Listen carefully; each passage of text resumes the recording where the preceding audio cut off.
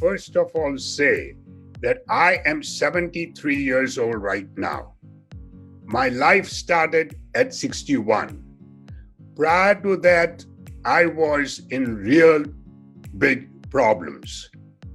I was a lover of unhealthy, rich Indian and American diet, the standard American diet, which is so aptly called the sad diet, plus the Indian rich food with oil, saturated fats. This was almost like I was a seafood eater, SEE. Everything at sight I ate, you name it and I ate it. Besides, I was a couch potato. I was a sedentary slob. The only muscles I exercised at that time were my eye muscles seeing joggers run in the park. And besides this, I had tremendous amount of stress in my life. So this gave me very little time for my family, for my personal health, mental and physical. And so it was no surprise that at the age of 56, heart disease came knocking at my door. And I had to have, they advised me to have stents, the angioplasty, where you open the heart and then you put in stents to keep it open, your coronary arteries. Now you would have thought that I would have changed after this. I could have, remodeled my life, made some real lifestyle changes, but I did not. I was so depressed that I had literally to be carried to a psychiatrist. And it's echoing.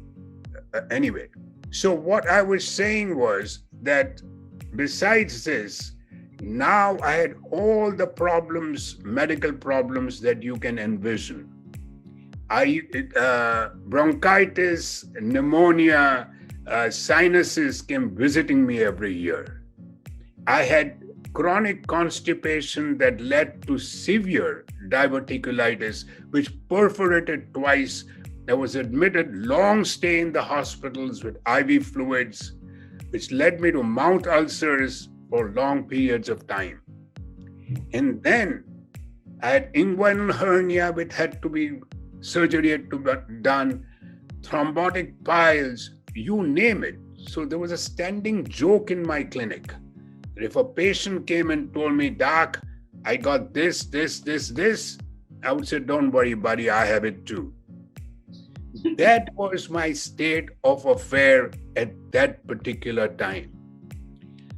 So then, again, it was no surprise that my stents actually failed and I had restenosis, and now they said, you have to have open heart surgery.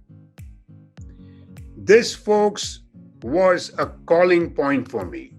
It's a reflection point, an inflection point, whatever you call it. I had to now change my life. I had two options.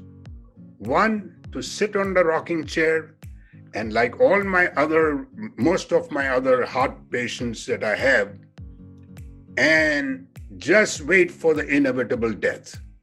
I could have retired and lived vicariously through my children and grandchild if I wanted to.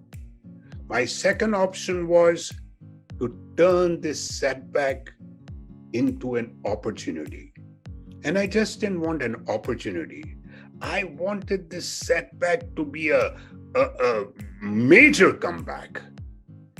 So as they were wheeling me into the surgery room, I don't know if it was under the influence of anesthesia or what, but I looked at the nurses who were there in the ICU and I said, I'm going to do a half marathon in a year's time after this surgery if all went well.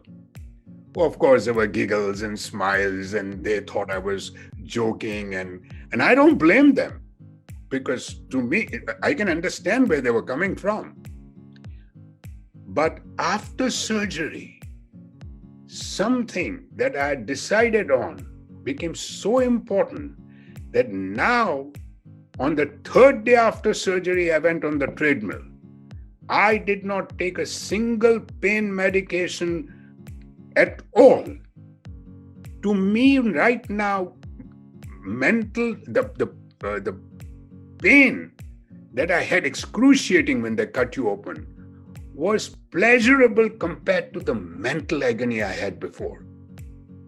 So to me, this was a new life. So now I decided I got to do something. That was at the age of 61. So I kid with people. Hey, you know what? I'm only 12 years old because I started living at 61. Before that, I was not really living. I was good with my patients. But for myself and my family and friends, no. So now comes that change. What do I do? That's when I started looking into diets. And I found out that the whole food, plant-based diet is the only diet that can not only prevent heart disease, but reverse heart disease. And why do I say this? Because heart disease is the leading cause of death in India, US, and the worldwide for both men and women. In fact, it kills more people than all the cancers combined.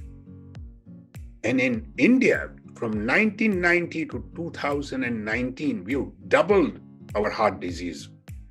That means India has now become the heart disease capital of the world. This is my legacy. This is my ambition. This is my goal. I don't want people to get heart disease. And if you think you're not going to get it, be sure about it, because I'm telling you, if you continue the lifestyle that I had, learn from my mistakes, benefit from my mistakes. Because if you do what I'm doing, you're bound to get hit by heart disease. And I've seen a lot of people, and I don't want it to happen to you.